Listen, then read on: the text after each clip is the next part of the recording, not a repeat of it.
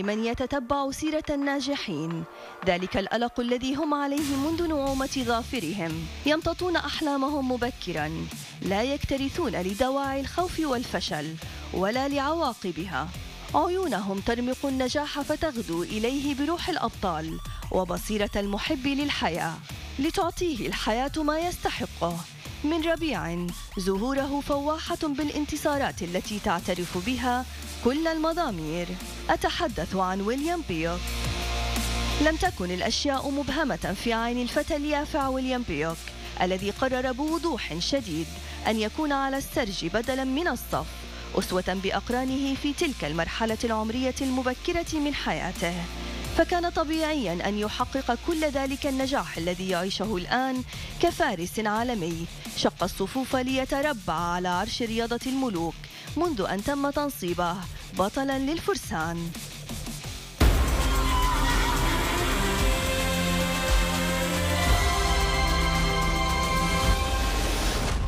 مساءكم سعيد مشاهدينا الكرام، مستمرين معكم بتغطية فعاليات كأس دبي العالمي، هذا الحدث العالمي الكبير الذي يجمع العالم في هذه الفترة في دبي. مستمرين بتغطيتنا من خلال لقاءاتنا مع ضيوف الكرنفال، ومعنا اليوم الفارس الجوكي ويليام بيوك. It's really nice to have you. Thank you for being here with us today. Thank you for having me.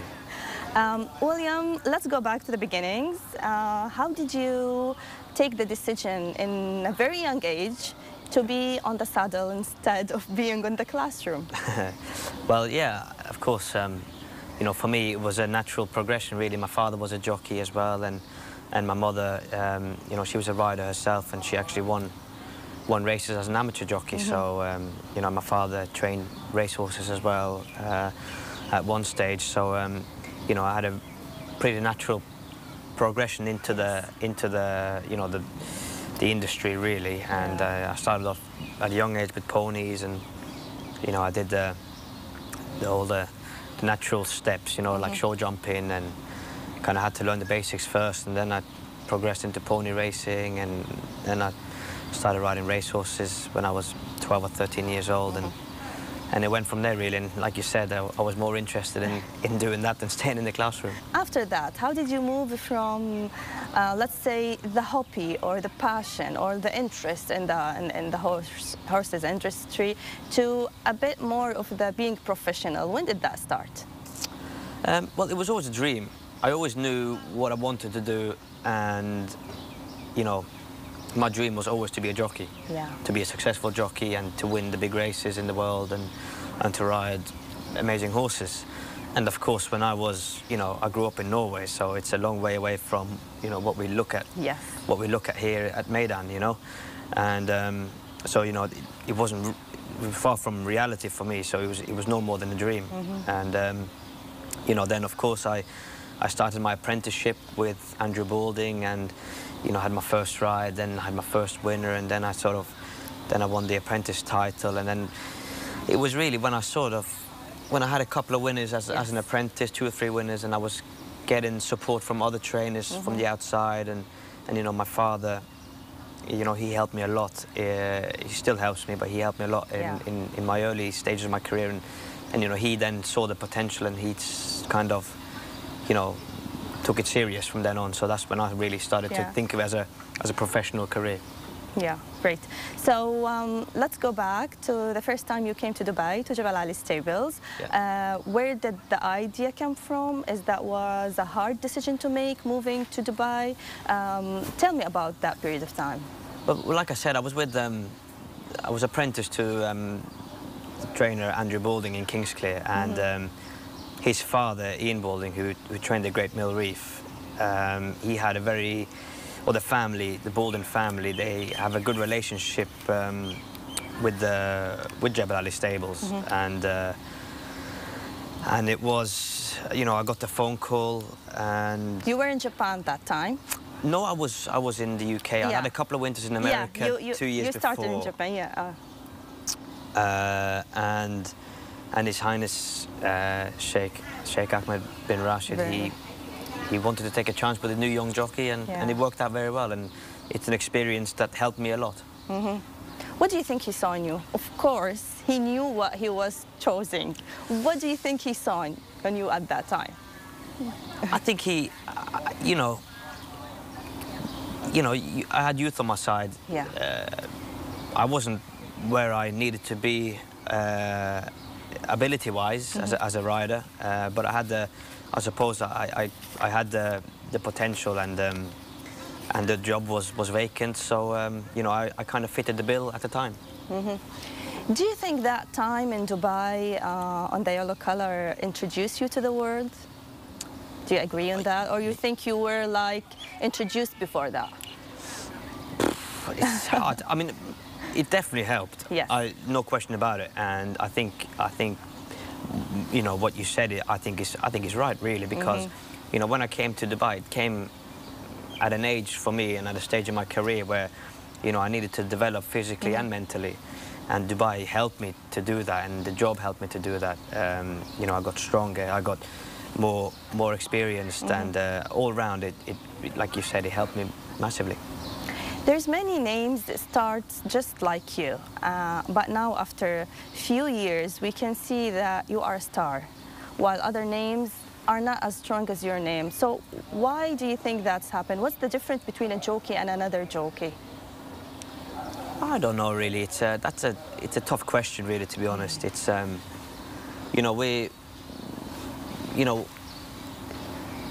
big percentage of what we do relies on the horse that we ride. Yeah. You cannot make a slow horse go fast. Yeah. You can have the perfect race, and if you're on a slow horse, you still won't beat the fast horse. So I was very lucky that I got good opportunities when I was younger, and throughout my career, I've been blessed with some nice horses and some nice connections, and now I have the support of His Highness and Godolphin, and it's something that when I was very small, I dreamed of. But you can have the determination, like what you did with the Prince Bishop. You keep going, and everyone we were seeing California Chromes coming, and we never thought that could happen. Tell me about that race. What makes you keep going? You had that feeling that the horse can do it. Yeah, look, the 2015 Dubai World Cup, it was an extraordinary race, and for me, it's a win that I will never forget. It's one of my biggest wins for sure. Biggest race in the world, and the race was, we were so far behind at halfway, but the pace was so strong. They went very fast, and then in the straight, the horses that were near the front, they slowed down because they'd gone too fast early, and you kind of said I was committed and didn't want to give up, but I had a very tough horse underneath me who had a lot of guts, and he was very tenacious, and he was a lovely horse to ride, and he has a nice retirement now. أفريكان ستوري يدفع بقوة. شوف الياباني أمريكا الجواد الأمريكي الياباني يندفع بقوة. هاكو تاروماي يدفع بقوة. شوف برنس بيشوب يندفع. لونج ريفر برنس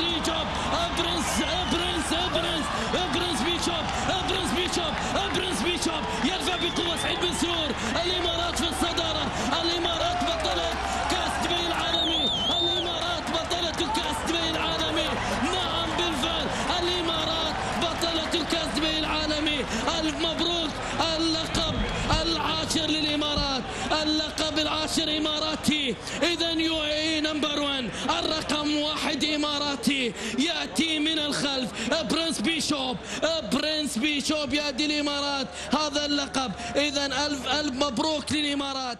This professional general, there's many risks comes with this work, with this job, and you had an experience with 2 falls in UK and in UAE in general. So how do you prepare yourself for such a situation, and do you consider yourself lucky to get out of these 2 falls? Look, if you walk away, you're always lucky. Yeah. You don't prepare yourself for it. You know, we go out there and, you know, we want to win every race. Yes. That's what we think of. We think of getting past the line first, and that's the mentality you have to have. That's the mentality you have to have in any sport. As a jockey, there is a certain need, like the weights, the commitment, and lots more. Tell me about your day as a jockey. What do you do to maintain your weight? What do you do to train well? What do you do to be ready? So, you know, I would ride the horse in the morning, every morning. Yeah. Or nearly every morning, depending on, you know, what the horse's schedules are. And I would ride different horses most mornings.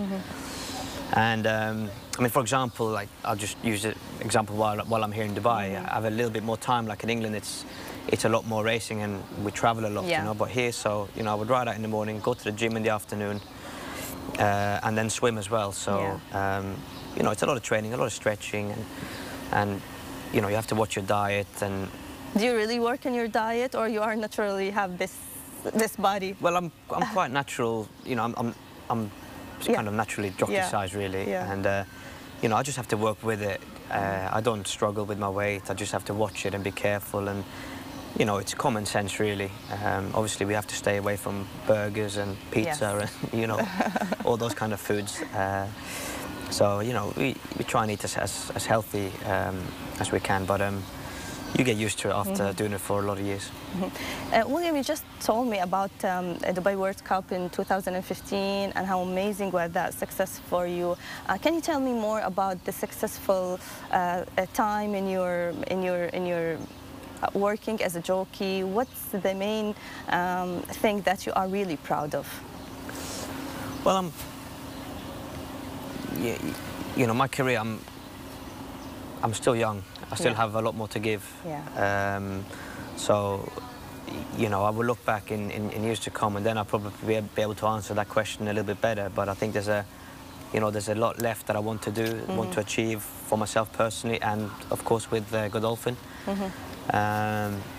But you know, obviously last year, winning the Breeders' Cup, Fillion Mare Turf on Wahida was personally it was a great victory. It was a great performance from everybody involved with the horse and the horse herself. So that was a you know, a lovely win and a win that meant a lot to me. So what's the difference between working with Jabal Ali stables, for example, or any other stables, and Godolphin? We can see this is a really very high professional level.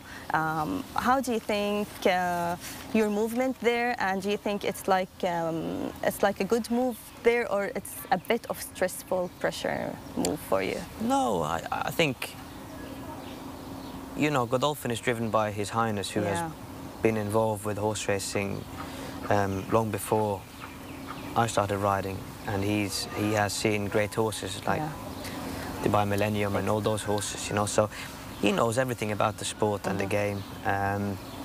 But I think the biggest difference with Godolphin is, you know, Godolphin is a brand. It's a worldwide brand, and it's huge. Exactly. That's the biggest difference with it. But you know, I don't feel stressful. I just feel enjoyment, and you know, where I get the pressure from is the pressure that I put on myself because I want to perform for His Highness and Godolphin. يتقدم بشكل كبير باتجاه خط النهاية. ريم هنا في المكان. محاولة للفازيرابات، لكن صمود. صمود. صمود. نعم، يعبر إلى خط النهاية. نعم، فعلها. نعم، في المركز الأول بشعار جودولفين وبإشراف المدرب شارلي أبلبي وبقيادة ويليام بيوك. ريثم يبدو بأنه جاهزا لليلة الكبيرة، ليلة كأس دبي العالمية. How is the dealing with we have Charlie for an interview in our program, and he was saying that he is really happy to deal with you and James. So how do you think working with Charlie is, with your experience? Yeah, I mean, you know, Charlie's a great trainer. He's got a great eye for a horse, and like he's very, very easy to work with. You know, we have a good understanding of each other. And I've worked for him now officially for kind of 3-4 years, but I've kind of, you know, been with him for a couple of years longer than that. And you know, we had some great times together, and you know, he's still a young trainer. You know, we've got a lovely bunch of horses there, and I think it's you know, you'd have to say that the future is very exciting. So let's move to the best horses that you ever ride. Tell me about that stories, that amazing stories. The best horse I ever rode. I mean, my first Group 1 winner. Yeah. In the EP Taylor in Canada. She was trained by Mick Shannon, La Halib, yeah. And she was a nice filly.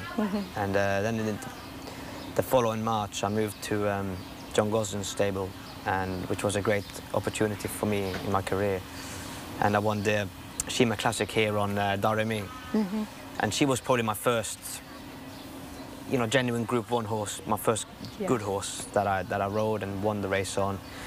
And then I had a few others on the way, of course, like the Fugue and great horses, Debussy winning the Arlington Million. Yeah. And you know, I've been blessed in my career with good horses, really. And you know, you had Ribchester for the last couple of years. Obviously, Prince Bishop winning the Dubai World Cup. You know, you had Wahida. Yeah. I mean, there's so many to mention. Yes. You know, I could sit here all day, really. But you don't have a favorite horse? No, I don't. mean, Nathaniel, of course, I don't want to forget him because he's now proven as a good stallion as well, which is lovely to see. But I don't want to pick one. So mainly the horses that were with you on the great success. Yeah, the horses that helped. I mean, the reason why I don't want to pick one is because everyone has a special meaning. Every Group 1 you ride is a huge race, and they mean something special at the time, you know. So, you know, they all mean a lot to me. Okay, let me go a little bit for your character, William. So I have spent a few moments with you, and I can assure that you are really a great personality, and I'm so glad to have you here with us today. But being under the lights, that makes you surrounded by some gossips. So are you arrogant or no? According to other people's gossips. I'm arrogant? Okay, I'm sorry about that. No, I'm sorry, but I need to ask you that because we keep hearing that as a media, but honestly, guys, he's not. I met him, I have been with him. Thank you, thank you. He's not, but I wanted to know the answer from you. I mean, I don't know, I haven't heard that myself, but anyway, I'm sure the people that know me closely and work with me closely, you know, don't have that opinion. I certainly hope so anyway. But you know, it's you know, when we're at work, when we're racing, it's a serious business, and you know, you have to stay focused. Yeah. And you know, you can't let your mind get distracted by other things, you know. So so look, you know, it's easy for people to take this idea when they see a young person who has such a great success. So sometimes they might take this idea, but it's just about focusing and do the right job on the right way. So yeah. Yeah, exactly. You know, this is how you be professional, actually. You got to be professional, and you know, you got to stay focused, and that's sport. That's the, you know, we're at a high level in our sport, and it's, you know, it happens at a fast pace. You know, you gotta have your brain in the right place. Yeah, yeah. So when do you get nervous, and how do you deal with that? When do I get nervous?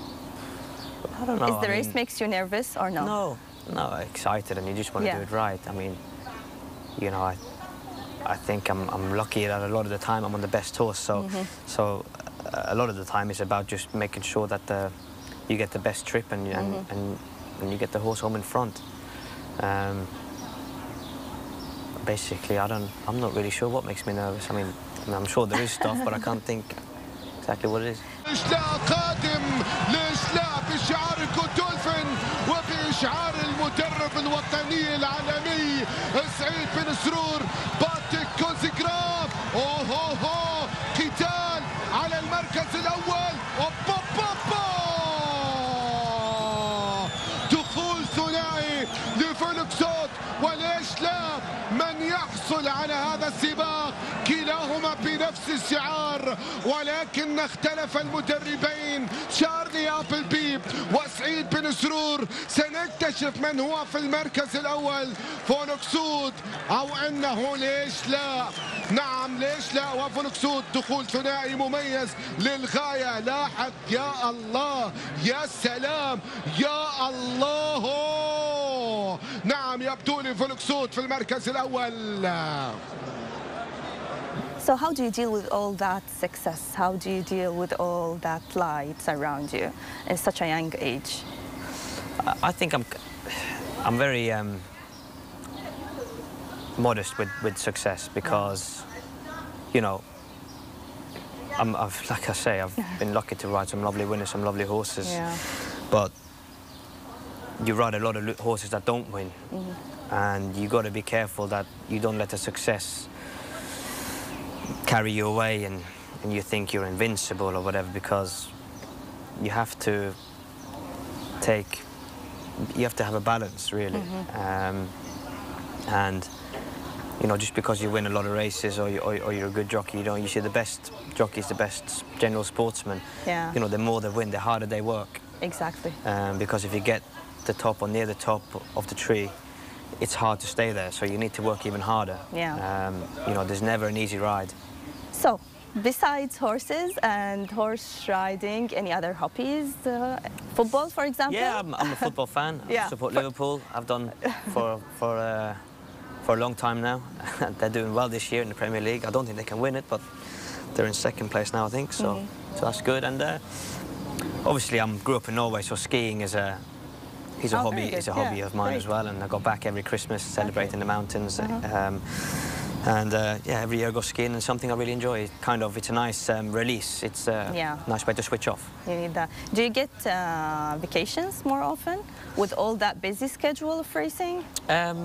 You don't really get a planned vacation because really there's racing all around the world 12 months of the year. But December tends to be a quiet period, so you know we can get a week away somewhere usually. William, you just said it's really hard to reach to the success, but it's harder to maintain that success.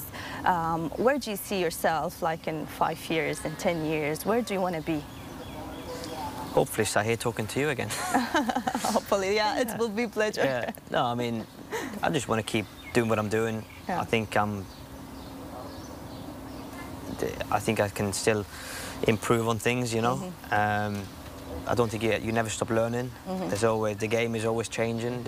You know, every year it's, you know, young jockeys coming through, and you know, I'm getting older, and you know, you need to keep up with everybody. So I just want to keep doing what I'm doing, keep getting better, and hopefully the winners will come with that. Seeing a young, successful man, that makes me really proud to be here with you. I need a message from your side to our viewer, especially the young of them, about determination, following the dream, successful. What can you say to them? Well, I think you said it. I mean, I was a young kid and I had a dream, and I followed my dream. And you know, but when you follow a dream, you got to stay determined and work hard for it. That's what I did, and the hard work and determination can never stop, because you got to keep going and never stop dreaming either. But you have to, you know, if you have a burning desire inside to do something, do it, because you know, if you don't, then you will always be asking the questions, what if I would have done that, you know. So always chase your dreams, work hard, and be humble. You know, it's basically probably what anybody else would tell you, but it's you know, it's a valuable thing to know. Few days before the big day, Dubai World Cup, what's your hope? What do you hope? What do you dream? Of course, to have a winner on the night. I think we have a nice bunch of horses going there on the night. and I think we should have some nice chances. You know, they're going to be tough races. They come from all over the world. You know, it's a real festival night of racing. But I think we have a good team going there, so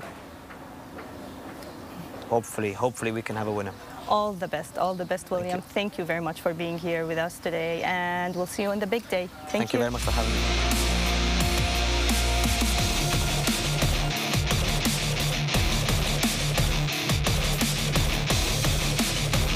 إن طبيعة حياة هذا الفارس واتساع رقعة الأمان لديه من جعلته يسرج خيلا يطلقها للريح سباقة ويعرف متى يلجم جموحها وإن كان جموحه أكبر من سنوات عمره. ويشهد ميدانه على ذلك عندما توج بطلاً لكأس دبي العالمي.